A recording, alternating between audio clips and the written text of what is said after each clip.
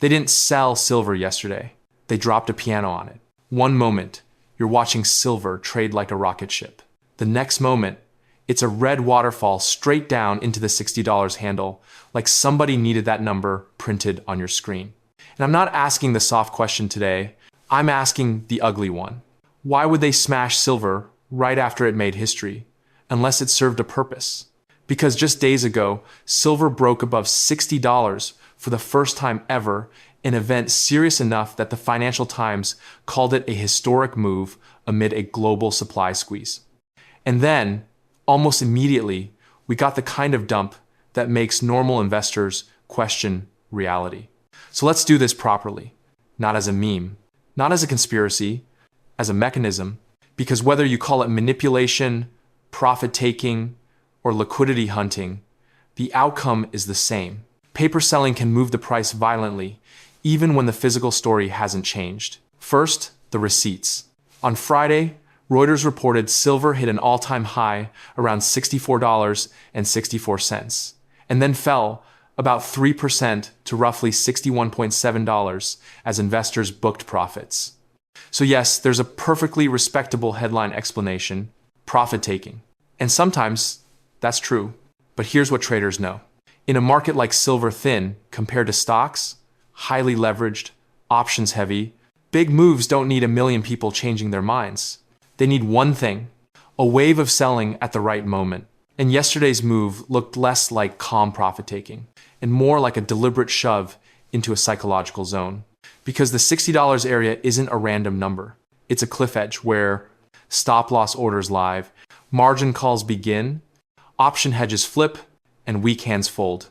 So today we're not doing silver went down because investors took profits. We're exposing the playbook behind what everyone calls the paper dump. Here is the core truth that explains 90% of the confusion in silver. Paper sets the price, physical sets the direction. Paper is fast. Paper is leveraged. Paper is allowed to be infinite in the short run. Physical is slow. Physical is scarce. Physical is stubborn. And when the market is tight, when real-world supply matters, paper dumps become a weapon. Not necessarily because someone is doing cartoon villain stuff, but because paper is the easiest lever to pull when you want to change the tape. So if you're new, let me translate. A paper dump is a sudden burst of futures selling contracts, not bars big enough to shove price down fast. Not because someone found a mountain of silver overnight, but because someone found a mountain of contracts. And contracts are cheaper to swing around than truckloads of metal. Why the $60 level is a trapdoor. Why is $60 such a magnet? Because it was the line everyone waited for. For decades, silver lived below its old ceilings. Then 2025 happens, and silver punches into a new world. The Financial Times described the move above $60 as a historic milestone in a rally fueled by a supply squeeze and demand strength. So imagine the psychology. Retail sees $60 and thinks, finally. Late buyers FOMO in. Shorts panic because this isn't supposed to happen. Option writers adjust because the board is now dangerous. Everyone crowds into the same idea at the same time.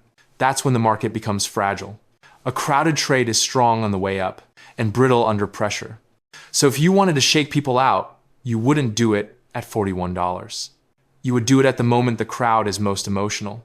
You do it at the moment the headlines are loudest. You do it at the moment everybody thinks it's only up from here. And then you give them a sudden drop that makes them doubt their own eyes. That's how you steal conviction. Okay, but who is they? When people say they smashed it, they imagine one shadowy person. That's not how markets work. Them can mean large speculators dumping contracts, funds de-risking into thin liquidity, short hedgers defending a level, option market makers hedging gamma, CTAs, flipping from buy to sell, algorithms triggering cascade effects, macro desks reacting to dollar yields data. Sometimes it's intentional, sometimes it's just structural. But here's what you need to understand. You don't need a conspiracy to get a smash. You only need a market where leverage is high, liquidity is thin, stops are clustered, and psychology is fragile. Silver checks all four boxes. So let's expose how it works, step by step. If you've ever watched silver drop $2 in minutes and thought, where did all that metal come from? It didn't. It came from contracts, futures contracts.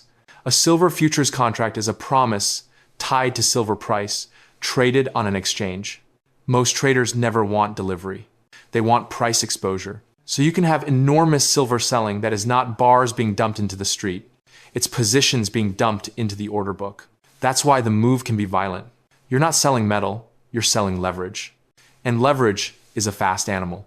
The multiplier problem: when silver rises, leverage piles in. When it drops, leverage tries to exit at the same time. That's why a paper dump creates an avalanche. Initial selling pushes price down, stops trigger. Stops become market sells. Price drops more. Margin calls hit. Forced selling hits. Headlines switch tone. Retail panics. The dump becomes proof the bull is dead. And then after the damage is done, price stabilizes. Not because the physical story changed, but because the forced selling finished. I'm going to describe patterns you see in many markets. I'm not telling anyone to do this. I'm explaining why you keep experiencing it. Step A: find thin liquidity. Markets have weak moments. Certain hours, certain sessions, certain low volume windows. In thin liquidity, a big order moves price more. Step B: hit the market hard. If you sell gently, the market absorbs you. If you sell aggressively, you create panic. A big, aggressive sell can do something powerful. It doesn't just move price, it changes mood. Step C: run the stop clusters. Stops are predictable. They sit under obvious levels: prior day lows, round numbers, breakout levels, trend lines everyone sees. When price hits those zones, selling accelerates automatically because the market itself becomes the seller. Step D: trigger forced selling. As price drops, margin requirements bite. Weak accounts get liquidated. Brokers force sells. Risk departments close positions. At that point, the seller isn't a person. It's the system. Step E: let the narrative do the rest. Once the chart looks broken, headlines change. What was historic breakout becomes violent reversal. Retail loses conviction, and that is the whole point of a shakeout. Not to win the day, but to steal the position from people who can't handle volatility. So was yesterday a smash or just profit taking? Let's be fair. Reuters explicitly described the post-record high drop as profit taking. That's real. That happens. But here's why people don't buy that as the whole story. Because the pattern is too familiar. Silver makes history. Price breaks above $60. The crowd piles in. Then bang, violent dump. If it was profit taking, you'd expect a messy drift lower, choppy selling, gradual digestion. What you got felt like a shove, a flush, a shake. And again, intent is hard to prove from the outside, but effect is easy to see. The move was designed by structure, whether or not by a mastermind. So in this video, we're going to treat it like a smash, because in practical terms, that's what it did. It smashed confidence. Why do a paper dump at all? Here are the real reasons these dumps happen. Pick your favorite. Reason 1: to shake out retail. Retail buys breakouts. Retail places tight stops. Retail trades emotionally. A smash collects their stops like a vacuum cleaner. Reason 2: to reset options. Options markets are a hidden engine. When price rises fast, options get stressed. Market makers hedge exposure, sometimes by selling into strength or buying into weakness. When price sits near a key strike, like $60, the hedging flows can become a magnet. A move down can reduce the risk on the options board. Reason 3: to defend a psychological line. Big round numbers are battlegrounds. $60 becomes symbolic. Symbolic levels attract fights. Reason 4: to force liquidations. If you can push price far enough to trigger margin calls, other people become forced sellers. That's the brutal beauty of leverage. It turns markets into dominoes. Reason 5: to buy back lower. Even if you're bullish long-term, you might want lower prices short-term.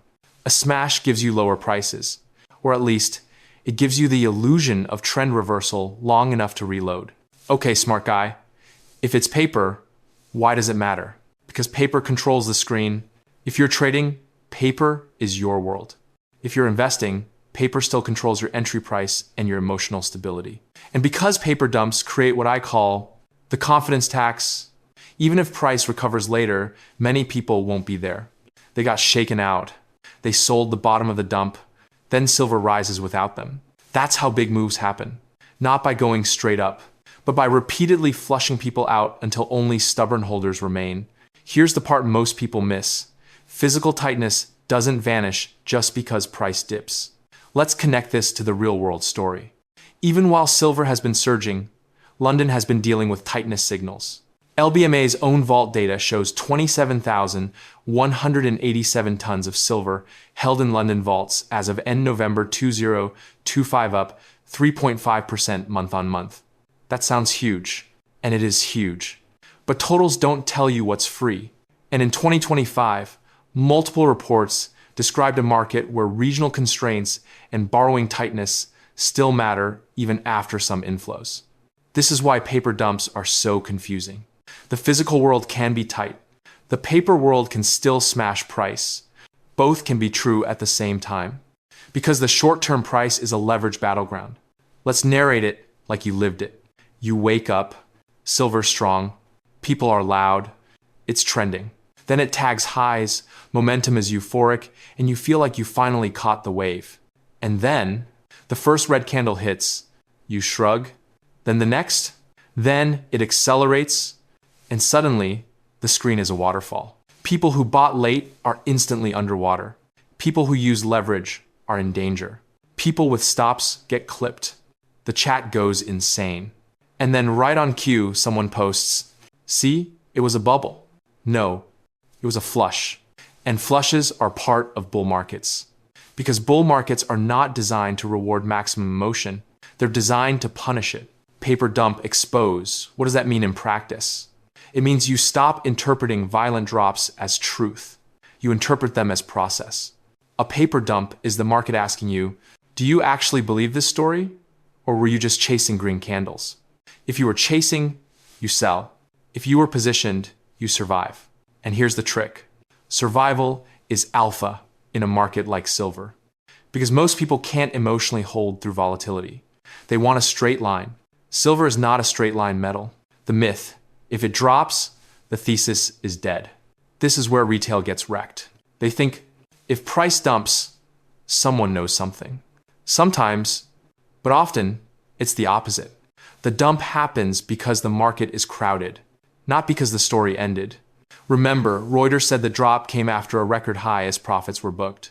So the first leg down is often just traders locking gains, stops getting clipped, leverage being wiped, and the trade being reset. That's not death. That's digestion. How you can tell a shakeout from a real reversal. Here are the signals.